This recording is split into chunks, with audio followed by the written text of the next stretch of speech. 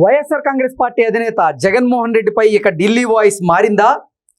జగన్మోహన్ రెడ్డిని టార్గెట్గా చేసుకొని భారతీయ జనతా పార్టీ నేతలు ఇప్పుడు మాట్లాడబోతున్నారా అంటే అవునని సమాధానం ఇస్తున్నారు కొంతమంది రాజకీయ విశ్లేషకులు.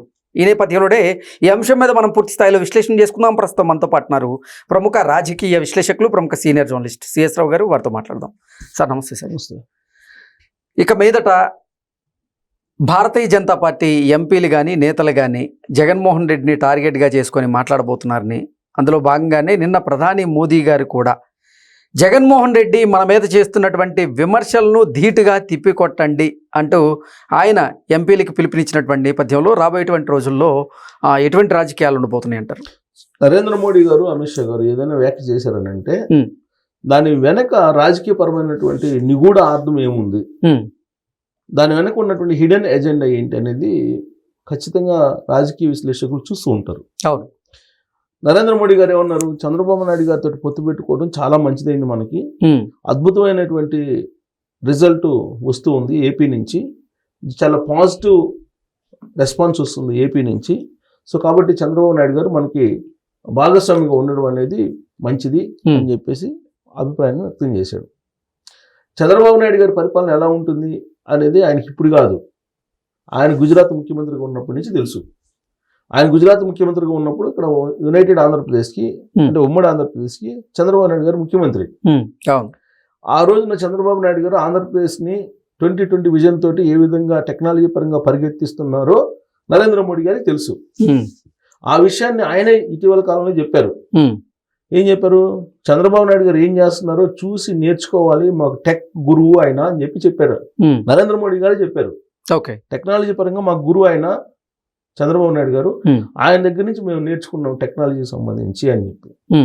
ఇప్పుడు ప్రత్యేకంగా చంద్రబాబు నాయుడు గారి పరిపాలన అద్భుతం, చాలా బాగుంది, పాజిటివ్ రెస్పాన్స్ వస్తుంది, మనం ఆయనతో కలిసి నడవటం వల్ల మనకి మంచి రిజల్ట్ వస్తున్నాయి అని వ్యాఖ్యానించాల్సినటువంటి అవసరం ఏమొచ్చింది అనేది ఒక పెద్ద ప్రశ్న.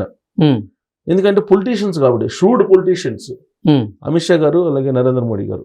కాబట్టి ఆయన చేసినటువంటి వ్యాఖ్య ఏంటంటే, జనరల్గా 2018 నుంచి నరేంద్ర మోడీ గారు ఆంధ్రప్రదేశ్కి వ్యతిరేకం, చంద్రబాబు నాయుడు గారికి వ్యతిరేకం అనేటువంటి భావన ఎక్కువ మందిలో ఉంటుంది.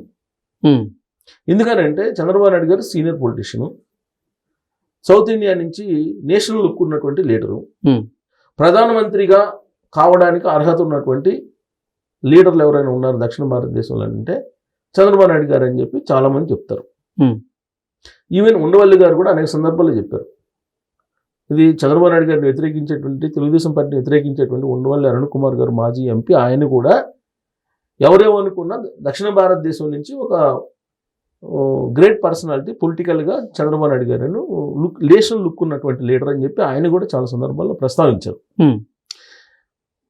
అయితే చంద్రబాబు నాయుడు గారిని 2018 నుంచి వ్యతిరేకిస్తూ వచ్చారు ఎవరు, నరేంద్ర మోడీ గారు.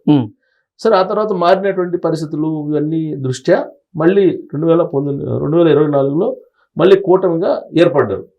అయినప్పటికీ వీళ్ళిద్దరు మధ్య ఒక అపనమ్మకం అనేది ఒకటి ఉంది. ఈయన ఆయన నమ్ముడు, ఆయన ఈయన నమ్ముడు అనేటువంటి అభిప్రాయం ఉన్నటువంటి వాళ్ళు ఇవాళకి కూడా చాలామంది ఉన్నారు. దానికి కారణం ఏంటి, చంద్రబాబు నాయుడు గారు ఆంధ్రప్రదేశ్లో జరిగినటువంటి విధ్వంసం అనేది పదే పదే ప్రజలకు చెప్పారు. 2024 ఎన్నికలకు ముందు చంద్రబాబు నాయుడు గారు చెప్పారంటే ఆ రోజు కూటమి చెప్పినట్టే కదా, ఒక చంద్రబాబు నాయుడు గారు కదా కూటమి చెప్పినట్టే.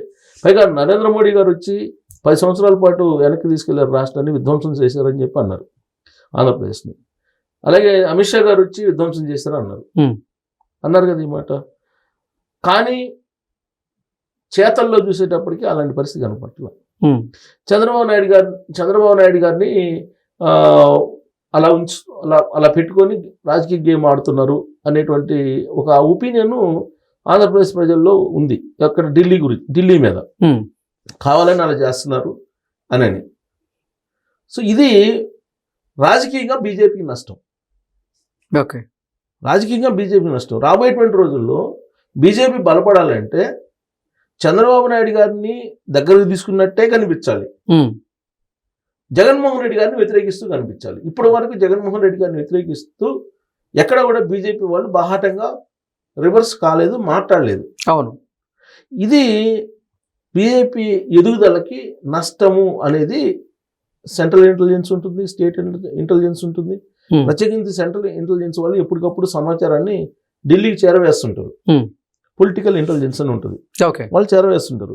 బహుశా అది గమనించిన తర్వాత ఆయన నిన్నగాక మొన్న ఎంపీలతో సమావేశమైన సందర్భంగా వ్యక్తం చేశారు. అటు తెలంగాణ గురించి వ్యక్తం చేశారు, ఆంధ్రప్రదేశ్ గురించి కూడా వ్యక్తం చేశారు. తెలంగాణ సంబంధించినటువంటి ఎంపీలను కానీ, తెలంగాణకు సంబంధించినటువంటి బీజేపీ నేతలను కానీ అత్యంత దారుణంగా ఆయన ఒక రకంగా చెప్పాలంటే కించపరిచారని గొప్ప. కించపరచడం కాదు, మీరు అవకాశం ఉండి కూడా తెలంగాణలో మీరు పనిచేయట్లేదు అనేటువంటి యాంగిల్లో ఆయన ఒక రకంగా అసంతృప్తిగా మాట్లాడారు.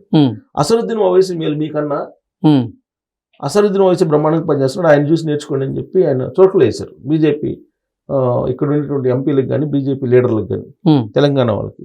ఎందుకంటే తెలంగాణలో గ్రౌండ్ క్లియర్గా ఉంది, బీజేపీకి అనుకూలంగా ఉంది. అయినప్పటికీ వాళ్ళు తగిన స్థాయిలో పోరాడలేకపోతున్నారు, తగిన స్థాయిలో పనిచేయలేకపోతున్నారు.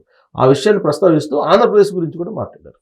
ఆంధ్రప్రదేశ్ గురించి మాట్లాడుతూ బీజేపీ ఎదగాలంటే ఓన్గా స్టాండ్ తీసుకుని ఎదగాలి. ఓన్గా స్టాండ్ తీసుకుని ఎదగాలంటే అక్కడ ఉండే పరిస్థితుల దృష్ట్యా చంద్రబాబు నాయుడు గారిని, లోకేష్ గారిని, తెలుగుదేశం పార్టీని ఒకవైపు ప్రోత్సహిస్తున్నట్టు కనిపిస్తూ, రెండో వైపు మీరు జగన్మోహన్ రెడ్డి గారిని విమర్శించకపోతే లేదా టార్గెట్ చేయకపోతే అది వర్కౌట్ కాదు. బీజేపీ ఎక్కడ వేసిన గొంగలే అక్కడే ఉంటుంది, ఎదగదు అనేది ఇంటెలిజెన్స్ ఇచ్చినటువంటి రిపోర్టుగా తెలుస్తుంది. అందుకే మీరు చంద్రబాబు నాయుడు గారితో ఎంత కలిసి ఉన్నా, ఏం చేసినా మీరు జగన్మోహన్ రెడ్డి గారిని వ్యతిరేకించండి అని చెప్పి ఆ విధమైన సంకేతాలు ఇచ్చుంటారు. ఎందుకు ఇప్పుడు ఇటువైపు సానుభూతి ఉంది, ఈ ఓట్లు కావాలి, తెలుగుదేశం పార్టీ సింపథైజర్ ఓట్లు కావాలి బీజేపీకి, జగన్మోహన్ రెడ్డి గారికి వ్యతిరేకమైనటువంటి ఓటు కావాలి. అవును, ఈ రెండు మిక్స్ అయితేనే మీకు బీజేపీ బలపడే అవకాశం ఉంది. కానీ ఇక్కడ చంద్రబాబు నాయుడు గారికి సంబంధించినటువంటి, తెలుగుదేశం పార్టీకి సంబంధించినటువంటి వాళ్ళు బీజేపీ పట్ల సింపథైజర్గా ఉంటూనే కొంత అనుమానిస్తున్నారు. At the same time Jaganmohan Reddy గారిని వ్యతిరేకించేటువంటి వాళ్ళు, ఆ పార్టీని వ్యతిరేకించేటువంటి వాళ్ళు బీజేపీ వైపు రావట్లేదు. ఎందుకు రావట్లేదు? ఇవన్నీ వీళ్ళందరూ ఒకటేను, ఏరు బీజేపీ వాళ్ళు జగన్మోహన్ రెడ్డి అనేటువంటి అభిప్రాయం ఉంది. దాన్ని బ్రేక్ చేసేటువంటి ప్రయత్నంలో భాగంగా బహుశా అలాంటిది అలా ఇండికేషన్ ఇచ్చుంటారు. ఆ ఇండికేషన్ పొలిటికల్ రూపంలో మనం చూస్తే ఇది పొలిటికల్ గేమ్ అని చెప్పి అనుకోవాలి. బట్ రియాలిటీలో అలా జరగదు, అలా జరిగే అవకాశం కూడా లేదు. జగన్మోహన్ రెడ్డి గారిని వ్యతిరేకించి బీజేపీ వాళ్ళు చేస్తారని చెప్పి మనం అనుకోవడానికి లేదు, ఇప్పటికిప్పుడైతే లేదు, ఉండే అవకాశం కూడా లేదు. ఎందుకంటే జగన్మోహన్ రెడ్డి గారి ఓట్ బ్యాంక్ వేరు, బీజేపీ ఓట్ బ్యాంక్ వేరు. జగన్మోహన్ రెడ్డి గారి ఓట్ బ్యాంక్ పూర్తిగా Christian vote bank. Christian vote bank బీజేపీకి రాదు, వచ్చే అవకాశం కూడా లేదు. వచ్చినా చాలా స్వల్పంగా వస్తుంది, దానివల్ల పెద్ద ఉపయోగం లేదు. కానీ అందుకే జగన్మోహన్ రెడ్డి గారిని వ్యతిరేకిస్తూ కనిపెడితే రాష్ట్రం కోసం పోరాడుతున్నారు వీళ్ళు అనేటువంటి ఒక భావన బీజేపీ మన కలిగి బీజేపీ బలపడొచ్చు అనేటువంటి ఒక ఆశ, లేకపోతే ఒక ఆలోచన, ఒక వ్యూహం ఉండి ఉంటుంది. బహుశా అందుకు అది అలా ఊరికే అలా అన్ని ఉంటారు. అది ఫీల్డ్లో వర్కౌట్ అయ్యేటువంటి పరిస్థితి మనం కనపడదు, రాబోయే రోజుల్లో మనం చూడొచ్చు.